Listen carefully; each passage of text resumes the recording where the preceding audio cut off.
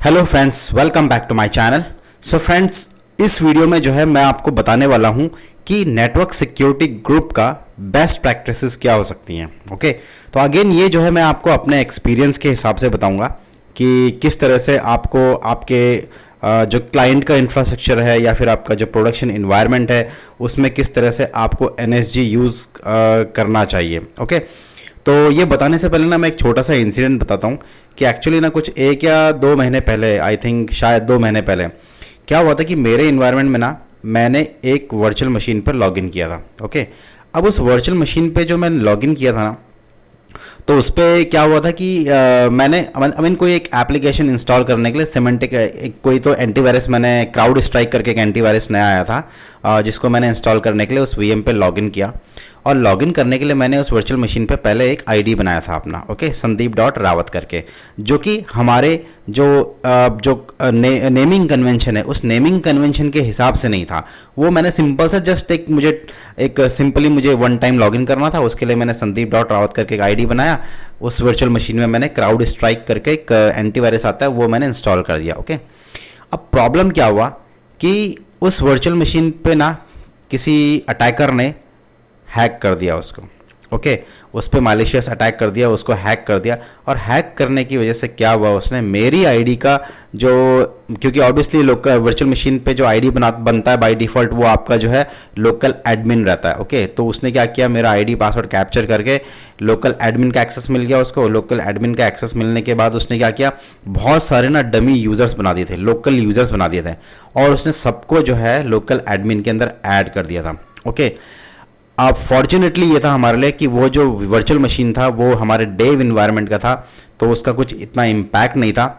Okay, और उसमें उस VM में इतना कुछ ज़्यादा अपने पास मतलब कोई डेटा भी नहीं था। ओके, तो वो जस्ट एक बना रखा था किसी पर्पज़ के लिए, मतलब क्लाइंट का VM था। तो किसी तरह जो हमारी कंपनी की सिक्योरिटी टीम होती है, सिक्योरिटी टीम ने वो क्या करते हैं, फ्रीक्वेंटली ऑडिट्स करते हैं कि क्या है, तो उन्होंने ऑडिट में फाइंड आउट किया मेरा ID। फिर मेरी ID से उन लोगों ने क्या किया, बोला कि भाई ये ID से कॉम्प्रोमाइज़ हुआ है अज़ूर का वर्चुअल मशीन जिसमें अटैक हुआ है, और अटैकर ने मल्टीपल यूज़र्स बना दिए हैं लोकल एडमिनिस्ट्रेटर में। ठीक है, तो कंपनी ने क्या किया, सिक्योरिटी के पॉइंट ऑफ व्यू से ना मेरा जो लॉगिन ID होता है जहाँ पर मैं लॉगिन करता हूँ अपने सिस्टम पे हो गया, या अपने सिस्टम का नहीं कह सकता, बट जो, हाँ, एज्योर में, क्योंकि मैं क्लाउड में काम कर रहा हूँ, एज्योर में काम कर रहा हूँ, तो मेरा मैक्सिमम 99% काम मेरा एज्योर के पोर्टल के ऊपर ही होता है। तो मेरा उन्होंने ID ही ब्लॉक कर दिया है। तो मैं क्या कर, मैं तो न तो पोर्टल पे लॉगिन कर पा रहा था, ना ही मैं ईमेल एक्सेस कर पा रहा था, सिर्फ अपना लैपटॉप ओपन कर पा रहा था। ओके, तो ये सब चीज़ें होती है जब सिक्योरिटी टीम ऑडिट करता है, और वो ऑडिट करने के टाइम पे फाइंड आउट करता है कि इनका इंफ्रास्ट्रक्चर कितना स्ट्रांग है नेटवर्क पॉइंट ऑफ व्यू से। ओके, तो ये था एक छोटा सा इंसिडेंट। अब ये सब चीज़ों को अवॉइड करने के लिए मैं एक बेस्ट प्रैक्टिसेस मैंने यहाँ पर बनाई है जो नेटवर्क सिक्योरिटी ग्रुप लेवल पे या नेटवर्क लेवल पे आप लोग अपने इन्वायरमेंट में भी यूज़ कर सकते हो। ओके, तो सबसे पहला पॉइंट है कि always use NSG in your environment, यानी कि आप कोई भी इन्वायरमेंट आप हैंडल कर रहे हो अपने क्लाइंट का, चाहे आपका स्टेज इन्वायरमेंट हो, डेव इन्वायरमेंट हो, या फिर QA इन्वायरमेंट है, या फिर प्रोडक्शन इन्वायरमेंट हो, हमेशा जो है नेटवर्क सिक्योरिटी ग्रुप अपने इन्वायरमेंट में यूज़ करो। ऑब्वियसली NSG जो है वहीं पर यूज़ होता है जहाँ पर उसकी ज़रूरत होती है, जैसे कि आप उसको वर्चुअल मशीन्स के लिए यूज़ कर सकते हो। ओके, और ये सब चीज़ों के लिए, बट NSG लगाओ आप अपने वर्चुअल मशीन के लेवल पे। ठीक है, दूसरा है कि डिफाइन द डेस्टिनेशन एड्रेस। अभी नॉर्मली कैसा होता है, ये कुछ पॉइंट्स जो हैं ये ऐसे मैंने पॉइंट्स लिखे हैं जो हम लोग जानते हुए भी कि यार ये चीज़ नहीं होनी चाहिए, हम लोग इग्नोर करते हैं, उसको बाईपास करते हैं, बट एक्चुअली ये कुछ कॉमन पॉइंट्स हैं जो अपने को एज एन बेस्ट प्रैक्टिस लेना ही ज़रूरी है। ओके, तो सेकंड पॉइंट है डिफाइन डेस्टिनेशन एड्रेस। अब डेस्टिनेशन एड्रेस का मतलब मेरा यहाँ पर यह है कि लेट से अभी ये मेरा पोर्टल पे एक नेटवर्क सिक्योरिटी ग्रुप है। ओके, इस NSG में मान लो ये कुछ इनबाउंड सिक्योरिटी रूल्स में मैंने कुछ एडिशनल, ये 3 तो अपने हमारे डिफ़ॉल्ट होते हैं। ठीक है, उसके अलावा मैंने कुछ रूल्स ऐड किए हुए हैं इसमें। अब इसमें अगर आप देख रहे होंगे तो इसमें प्रोटोकॉल है, सोर्स है, पोर्ट है, और डेस्टिनेशन है। तो डेस्टिनेशन का मतलब, मेरा कहने का मतलब यह है कि बहुत बार हम लोग क्या करते हैं कि सोर्स एनी रखते हैं, ये सोर्स एनी रखते हैं, और डेस्टिनेशन भी एनी रखते हैं। हम लोग डेस्टिनेशन डिफाइन नहीं करते हैं। तो एज पर बेस्ट प्रैक्टिस क्या है कि आप सोर्स भले एनी रखो, बट डेस्टिनेशन में आप एड्रेस दो, कोई ना कोई तो एड्रेस डिफाइन करो, क्योंकि एनी टू एनी रहेगा ना तो प्रॉब्लम है, वो कोई ना कोई अटैकर कहीं ना कहीं से अटैक कर ही लेता है, चाहे माइक्रोसॉफ्ट एजूर हो या कोई भी चीज़ हो। ओके, चाहे माइक्रोसॉफ्ट ने कितना ही स्ट्रांग क्यों ना हो, अटैकर उनसे ज़्यादा स्ट्रांग होगा ना तो कैसे भी करके एक्सेस ले लेगा आपके पोर्टल का, आपके वर्चुअल मशीन का, और उसको हैक कर सकता है। ठीक है, तो बेस्ट प्रैक्टिस ये है कि आप जो डेस्टिनेशन है, जिस तरह से यहाँ पर डेस्टिनेशन में हम लोगों ने सबनेट डिफाइन किया है, आई मीन ये मेरा ऑब्वियसली पर्सनल सब्सक्रिप्शन है, तो मैं जस्ट आपको एग्जांपल दे रहा हूँ कि सोर्स भले आपका एनी हो चलेगा, कोई प्रॉब्लम नहीं है, बट डेस्टिनेशन में कुछ ना कुछ डिफाइन होना चाहिए, एनी नहीं रखना चाहिए, एनी में प्रॉब्लम हो जाता है। ओके, तो ये एक बेस्ट प्रैक्टिस है। हमारे जो मेरा जो क्लाइंट का इंफ्रास्ट्रक्चर है उसमें हम लोगों ने जो है बहुत सारे NSGs ऐसे थे जहाँ पर हम लोगों ने जो रूल्स बना रखे थे, कहीं पर बहुत जगह पे एनी रखा था, तो हम लोगों ने फिर उनको बाद में रेमेडिएट किया।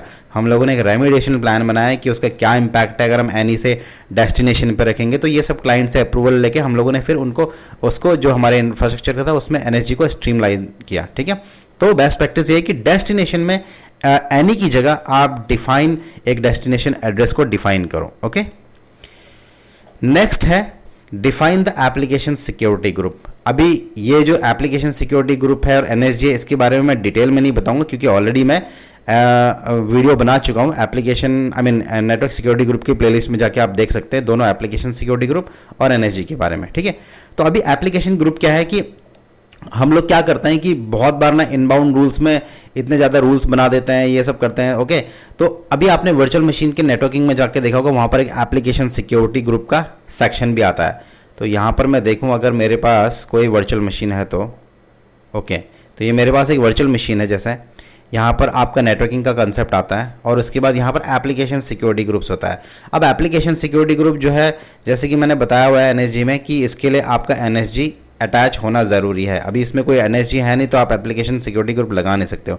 तो एप्लीकेशन सिक्योरिटी ग्रुप क्या है, एक ग्रुपिज्म करना, यानी कि इंस्टेड ऑफ एक एक वर्चुअल मशीन को ऐड करने से बेटर है कि आप जो है एप्लीकेशन सिक्योरिटी ग्रुप करके बनाओ, उस ग्रुप में वो VMs ऐड करो एंड देन उसके बाद आप इस पर ये अप्लाई कर सकते हो जो भी आपको करना है। ठीक है, एप्लीकेशन सिक्योरिटी ग्रुप अगर आपको नहीं पता तो आप NSG की प्लेलिस्ट में जाके आप उसके बारे में वीडियो देख सकते हो, मैंने अच्छे से एक्सप्लेन किया हुआ है। ठीक है, तो कहने का मतलब ये है कि जहाँ पर पॉसिबल हो सके वहाँ पर एप्लीकेशन सिक्योरिटी ग्रुप को यूज़ करना सीखो। ठीक है, नेक्स्ट पॉइंट है attach the NSG at subnet level, यानी कि NSG को अभी दो तरीके हैं उसके NSG को अटैच करने के, एक या तो आप सबनेट लेवल पे लगाओ और दूसरा ये है कि आप जो है नेटवर्क इंटरफेस कार्ड पे लगाओ, वर्चुअल मशीन के NIC कार्ड पे।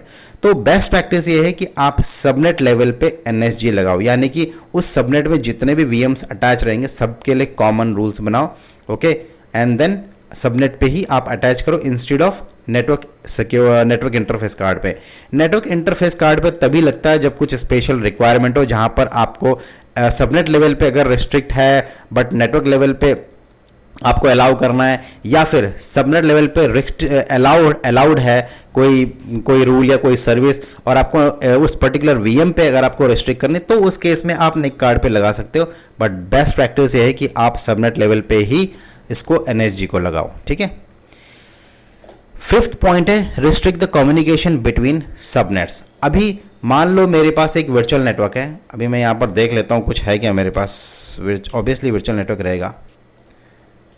ठीक है, ये मान लो मेरे पास एक वर्चुअल नेटवर्क है और इसमें मान लो मेरे पास एक से ज़्यादा सबनेट है। ओके, तो मान लो एक से ज़्यादा सबनेट है। अब बाय डिफ़ॉल्ट क्या होता है, भले आपके पास 10 सबनेट हो एक वर्चुअल नेटवर्क के अंदर और हर एक सबनेट के अंदर अलग अलग VM है, तो बाय डिफ़ॉल्ट क्या होता है, वो एक दूसरे सबनेट में जो भी वर्चुअल मशीन्स रहेंगे उनके साथ कम्युनिकेशन होता है, बाय डिफ़ॉल्ट होता है, उसमें कोई रिस्ट्रिक्शंस नहीं है। माइक्रोसॉफ्ट ने ये बोला हुआ है कि एक वर्चुअल नेटवर्क में अगर आपके मल्टीपल सबनेट्स हैं और सबके अंदर VM है और वो एक ही वर्चुअल नेटवर्क के पार्ट हैं वो सारे सबनेट्स, तो आपका बाय डिफ़ॉल्ट कम्युनिकेशन रहेगा। तो इस पॉइंट का कहने का मतलब ये है कि बेस्ट प्रैक्टिस ये है कि एक सबनेट से मान लो अगर एज एन एग्जाम्पल ये दो सबनेट है, तो दोनों के बाय डिफ़ॉल्ट तो दोनों के बीच में जो है कम्युनिकेशन रहेगा। तो बेस्ट प्रैक्टिस ये है obviously as per project requirement और प्रोजेक्ट रिक्वायरमेंट भी नहीं है, तो आपको एनालाइज करना है कि भाई ये सबनेट में जो वीएम है और ये सबनेट में जो वीएम है, इन दोनों के बीच में कोई डिपेंडेंसी है क्या। अगर नहीं है तो इस सबनेट का सबनेट 1 और सबनेट 2 के बीच में कम्युनिकेशन रिस्ट्रिक्ट कर दो by applying the network security group. तो नेटवर्क सिक्योरिटी ग्रुप में आप रूल्स डिफाइन कर सकते हो कि भाई ये सबनेट से ये सबनेट पे कम्युनिकेशन जाना चाहिए कि नहीं जाना चाहिए। ओके, तो ये भी एक बेस्ट प्रैक्टिस है कि एक से ज़्यादा सबनेट है अगर आपके एक वर्चुअल नेटवर्क में, तो उन सबके बीच में ट्राई करो कम्युनिकेशन को रिस्ट्रिक्ट करने का।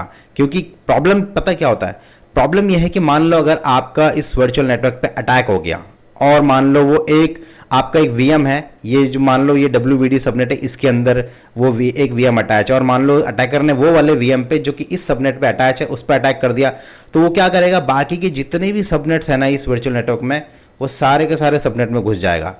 तो बेटर है कि अगर अटैकर करता है, अगर आप रिस्ट्रिक्ट करते हो सबनेट्स को, बिटवीन द सबनेट्स रिस्ट्रिक्ट करते हो, तो क्या करेगा अटैकर, एक ही सबनेट पे ही अटैक कर पाएगा, बाकी सबनेट पे नहीं घुस पाएगा वो। तो इसीलिए मैं कह रहा हूँ कि एक और बेस्ट प्रैक्टिस है ये, ऑब्वियसली मैं अपने एक्सपीरियंस के बेस पे कह रहा हूँ, जो मैंने अपने इस प्रोजेक्ट में किया हुआ है इम्प्लीमेंट, और ऑब्वियसली क्योंकि सिक्योरिटी पॉइंट ऑफ व्यू से आपको आपके क्लाइंट का इंफ्रास्ट्रक्चर स्ट्रॉन्ग करना पड़ता है, तो ये भी एक बेस्ट प्रैक्टिस है। ठीक है, नेक्स्ट बेस्ट प्रैक्टिस क्या कहता हूँ मैं, कि यूज बैस्टन और just in time VM access instead of RDP port opening and also do not attach public IP to VM। मेरा इस पॉइंट का मेरे कहने का मतलब यह है कि अभी जो है हम लोग अपने इंफ्रास्ट्रक्चर में जो भी वर्चुअल मशीन्स बनाते हैं तो उसमें पब्लिक IP एक अटैच करते हैं। ओके, पब्लिक IP अटैच करने की ज़रूरत ही नहीं है हर किसी VM को। बेटर है अगर आपको RDP ही लेना है, ओके, तो आप क्या करो, उसको बैस्टन एक्सेस करो, और बैस्टन का मैं ऑलरेडी वीडियो बना चुका हूं, आप वर्चुअल मशीन की प्लेलिस्ट में जाके या फिर सिक्योरिटी सेंटर के उसमें जाके आप चेक कर सकते हो, आपको मिलेगा definitely. Just in time VM access भी आप यूज कर सकते हो। जस्ट इन टाइम का भी मैं सिक्योरिटी सेंटर वाला जो प्लेलिस्ट है उसमें ये वीडियो मैंने डाल रखा है और अच्छे से एक्सप्लेन भी किया हुआ है। तो ये दो ऑप्शन है, आप यूज कर सकते हो। Okay, but public IP attach करना मेरे हिसाब से ये बेस्ट प्रैक्टिस नहीं है, क्योंकि पब्लिक IP क्या रहता है, आपको ऑब्वियसली उसके लिए नेटवर्क सिक्योरिटी ग्रुप में फिर पोर्ट 3389 ओपन करना पड़ेगा। यानी कि आप अटैकर को अट्रैक्ट कर रहे हो कि भाई ये मेरा पोर्ट 3389 है, मैंने NSG में अलाउ किया, तू आके अटैक कर ले। ओके, तो ये बेस्ट प्रैक्टिस नहीं है। आप जो है हमेशा वर्चुअल मशीन को पब्लिक IP डिटैच करो और उसको प्राइवेट IP पे रहने दो, और आपको RDP लेना है पब्लिकली ओवर द इंटरनेट, तो आप बैस्टन होस्ट आता है वो कॉन्फ़िगर करके करो। मेरा जो इन्वायरमेंट है क्लाइंट का, उसमें हम लोगों ने जितने भी हमारे पास कम से कम नहीं भी तो 600 से 700 वर्चुअल मशीन्स हैं, सारे के सारे वर्चुअल मशीन्स पे हमने बैस्टन ही कॉन्फ़िगर किया है। यानी कि जिसको भी एक्सेस करना होगा, चाहे क्लाइंट को एक्सेस करना है चाहे हमको एक्सेस करना है, हमको बैस्टन के थ्रू ही एक्सेस करना पड़ेगा। ओके, क्योंकि उसके लिए आपको पोर्ट 3389 अलाउ NSG में ऐड करने की ज़रूरत नहीं पड़ती है। ओके, तो ये एक बेस्ट प्रैक्टिस है। ठीक है, तो ये हो गया। और जैसे कि मैंने बोला कि do not attach public IP to VM, public IP attach मत करो। अब आप बोलोगे कि यार मेरा एक वेब सर्वर है, उस पर तो पब्लिक IP चाहिए, वो कैसे एक्सेस होगा ओवर द इंटरनेट। यस, ऐसे जो वेब सर्वर है, अगर आपका कोई वर्चुअल मशीन है जिसको आपने एज अ वेब सर्वर बना रखा है, तो ऑब्वियसली उसके लिए आपको पब्लिक IP लगाना ही पड़ेगा। बट RDP के लिए आप क्या करो, ऐसे सिनेरियो में मान लो आपका एक वेब सर्वर है जिसपे आपको पब्लिक IP चाहिए, राइट। अब आपका जो भी एप्लीकेशन है वो पब्लिक IP पे आपने DNS नेम मैप कर रखा है, उसके थ्रू एक्सेस हो रहा है। लेकिन जो RDP लेना है ना, बेस्ट प्रैक्टिस ये है कि उस पर्टिकुलर वर्चुअल मशीन में जिस पे आपको पब्लिक IP अटैच करना है, उस पर एक और निक कार्ड अटैच करो, और उस निक कार्ड पे आप बैस्टन होस्ट कॉन्फ़िगर करो। तो अब कैसा हो गया कि आपका वेब जो चल रहा है, वेबसाइट जो चलेगी पब्लिक IP पे चलेगी, और जो बैस्टन VM चलेगा वो आपके दूसरे निक कार्ड से चलेगा। यानी कि RDP जो चलेगा आपका, वो दूसरे आपका जो निक कार्ड आप अटैच करोगे उससे चलेगा। तो ये सॉल्यूशन है इसका। ठीक है, लास्ट पॉइंट है इसका, used custom ports bye defining NAT इन लोड बैलेंसर। अभी इसका कहने का मतलब यह है कि मान लो अगर आप बैस्टन यूज नहीं करते हो, एज एन एग्जाम्पल आपने वर्चुअल मशीन बनाया और आपको 3389 जो है RDP का पोर्ट अलाउ भी नहीं करना है NSG में, आप नहीं चाहते हो कि आप अटैकर के लिए एक्सपोज करो 3389 पोर्ट, तो बेस्ट वे क्या है कि आप जो वर्चुअल मशीन बना रहे हो ना, उस वर्चुअल मशीन के बैकएंड में एक लोड बैलेंसर बनाओ। लोड बैलेंसर के बैकएंड में उस वर्चुअल मशीन को अटैच करो, और लोड बैलेंसर में नेटिंग रूल्स डिफाइन कर दो। अब डिफाइन कैसे करना है वो भी मैं एनएसजी लोड बैलेंसर वाले प्लेलिस्ट में बता चुका हूं और इसका मैं डेमो भी उसमें दे चुका हूं।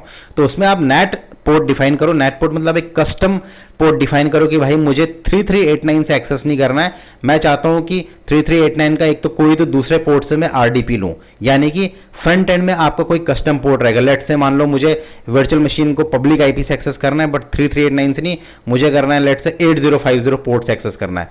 तो आप वो नेट कर दो, 8050 को राउट कर दो 3389 पे। तो अब ऐसे सिनेरियो में क्या होगा, वर्चुअल मशीन आप एक्सेस करोगे पब्लिक आईपी, उसके बाद कॉलन मार के 8050 और एंटर मारोगे तो आपका आरडीपी आ जाएगा। क्यों? क्योंकि बैकएंड में जो है, जो नेटिंग में आपने रूल डिफाइन किया हो वो डाला हुआ है कि 8050 पे जब मैं हिट करूं ना पोर्ट पे, तो वो 3389 वाले पोर्ट पे जाए, ओके, और आपका आरडीपी आ जाए।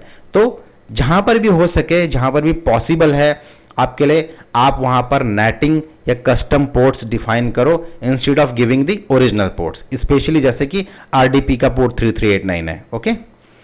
तो फ्रेंड्स, ये थे एनएसजी के कुछ बेस्ट प्रैक्टिसेस जो मैंने अपने इन्वायरमेंट में इम्प्लीमेंट किया है। और ऑब्वियसली क्योंकि सिक्योरिटी कॉम्प्रोमाइज़ हो रही थी, कहीं पर अपने को लग रहा था कि यार ये ऐसा नहीं होना चाहिए, ये बेस्ट प्रैक्टिस नहीं है, उसके बेस पे हम लोगों ने ये सब चीज़ें इम्प्लीमेंट करी हैं। तो मैं यही कहूँगा आपसे कि आप भी इस तरह की बेस्ट प्रैक्टिसेस फॉलो करो। और भी ज़्यादा बेस्ट प्रैक्टिसेस हो सकती हैं, माइक्रोसॉफ्ट के डॉक्यूमेंटेशन में भी डिफाइन है, बट ये जो मैंने आपको बताई ये मैंने मेरे एक्सपीरियंस और जो मैंने यहाँ पर इम्प्लीमेंट किया उसके बेस पे बताया, ओके। तो फ्रेंड्स, आई होप कि ये वीडियो आपको अच्छा लगा होगा और आपको समझ में आ गया होगा कि क्या क्या आपको करना चाहिए अगर आप ऑलरेडी एज्योर में काम कर रहे हो तो, या फिर कोई भी इन्वायरमेंट में काम कर रहे हो, ठीक है। वीडियो अच्छा लगा होगा तो वीडियो को लाइक करो, शेयर करो, चैनल को सब्सक्राइब करो। तो इस वीडियो में इतना ही, मिलते हैं अब अगले वीडियो में एक नए टॉपिक के साथ। So friends, thanks for watching this video.